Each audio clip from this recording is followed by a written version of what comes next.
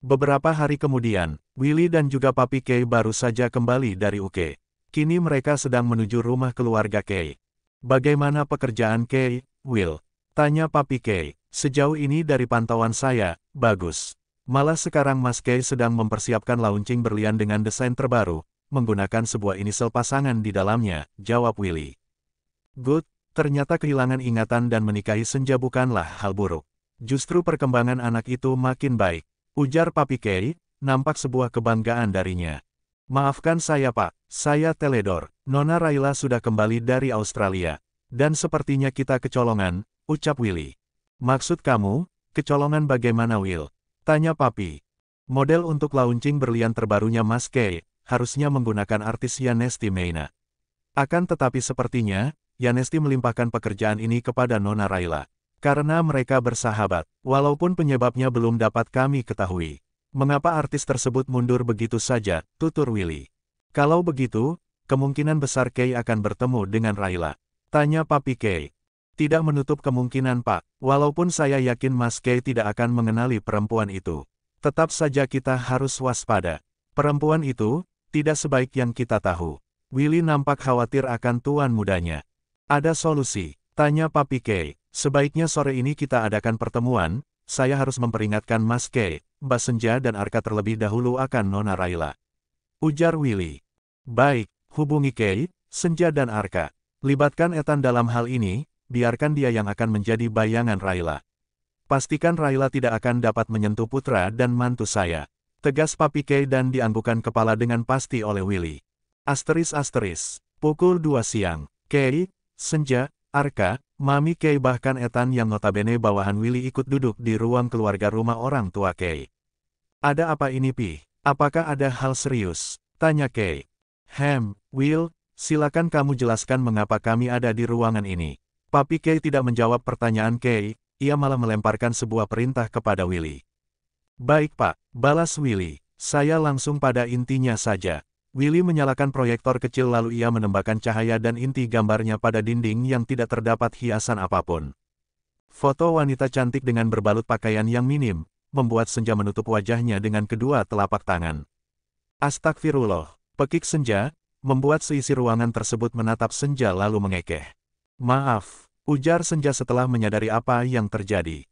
Kay tersenyum dan menarik kepala istrinya serta menyembunyikannya di dada bidangnya. Mami Kay tersenyum bahagia.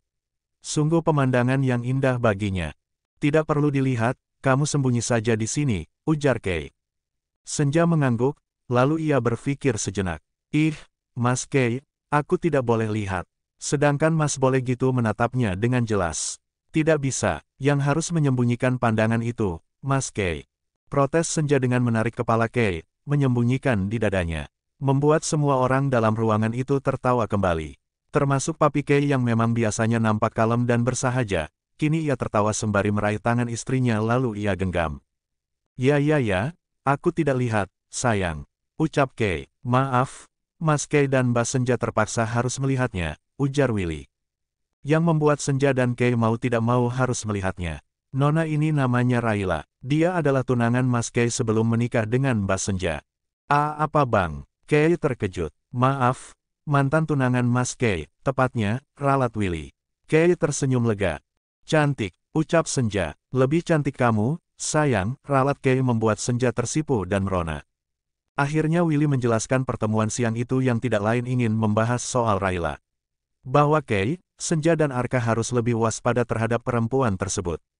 Terlebih perempuan itu, kini akan menjadi model iklan dari desain perhiasan model terbaru milik Kay. Maka tidak menutup kemungkinan ia akan bertemu dengan Kay.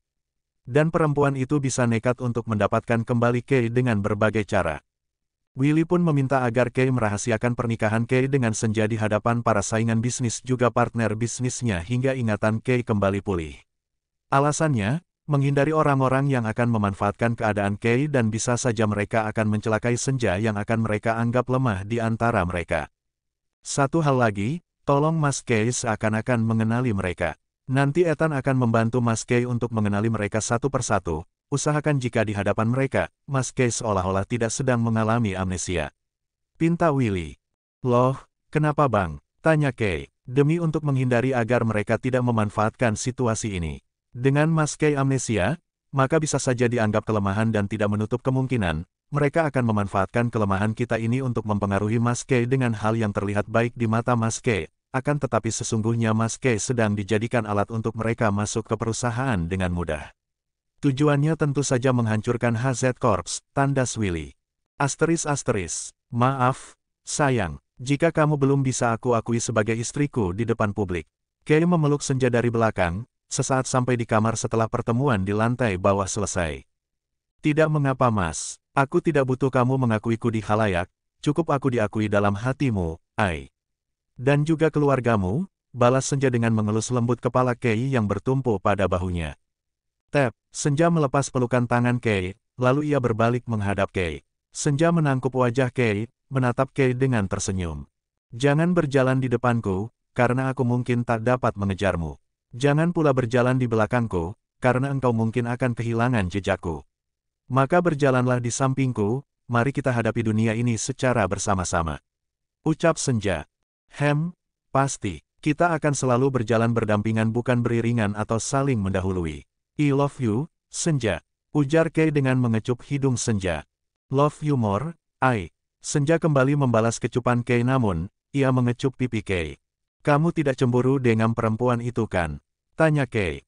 Aku cemburu Mas. Saat mendengar dia pernah bertunangan dengan Mas Kei, aku cemburu. Namun, cemburuku akan aku jadikan doa, agar Allah tetap menjagamu di saat kita sedang berjauhan.